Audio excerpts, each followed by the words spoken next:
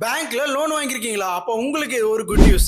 ஆமாங்க, ஆர்பிஐ பார்த்தீங்கன்னா ரெப்போ ரேட்டை குறைச்சிருக்காங்க. எவ்வளோனா 0.5% குறைச்சிட்டாங்க. ஸோ இதனால நமக்கு என்ன யூஸ் அப்படின்னா, பேங்க்ல நீங்க லோன் வாங்கியிருக்கீங்க, அதாவது personal loan, two wheeler loan, home loan, car loan, இந்த மாதிரி எந்த விதமான லோனா இருக்கட்டும், நீங்க பேங்க்ல லோன் வாங்கியிருக்கீங்க அப்படின்னா அதுக்கு நீங்க இன்ட்ரெஸ்டோட சேர்த்து தான் இஎம்ஐ பே பண்ணிட்டு இருப்பீங்க.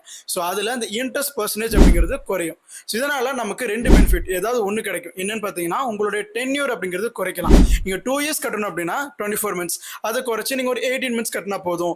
அவங்களோட லோனோட அமௌண்ட் இன்ட்ரெஸ்ட் பர்சன்டேஜ் வச்சு கால்குலேட் பண்ணி உங்களுக்கு சொல்லுவாங்க. இல்லையா உங்களோட இஎம்ஐ அமௌண்ட் நீங்க ஒரு 9,000 கட்டிட்டு இருக்கீங்க அப்படின்னா இஎம்ஐ அது குறைஞ்சு ஒரு 8,500 கட்டுற மாதிரி வரலாம். ஒன்னா உங்களுடைய டென்யூர் அப்படிங்கிறது குறையும், இல்லைன்னா உங்களோட இஎம்ஐ அமௌண்ட் குறையும். பட் ஏதாவது ஒன்று கண்டிப்பா குறையும் நீங்க லோன் வாங்கியிருக்கீங்க அப்படின்னா. ஓகே, ஆர்பிஐ ரெப்போ ரேட்டை குறைச்சதுனால பாசிட்டிவ் மட்டும் தானே அப்படின்னா இல்ல, நெகட்டிவ் இருக்கு. யாருக்கு அப்படின்னா, பேங்க்ல டெபாசிட் பண்ணி வச்சிருப்பாங்க இல்லையா, fixed deposit or recurring deposit அந்த மாதிரி எல்லாம், அவங்களுக்கு பேங்க் வந்து ஒரு இன்ட்ரெஸ்ட் பே பண்ணுவாங்க. அந்த இன்ட்ரெஸ்ட் பர்சன்டேஜும் குறைய வாய்ப்பு இருக்கு. ஸோ இதனால அவங்களுக்கு இது ஒரு நெகட்டிவ் நியூஸ் அப்படின்னு சொல்லலாம். ஆனா பேங்க்ல லோன் வாங்கியிருக்கிறவங்களுக்கு இது ஒரு மிகப்பெரிய ஒரு பாசிட்டிவான நியூஸ்.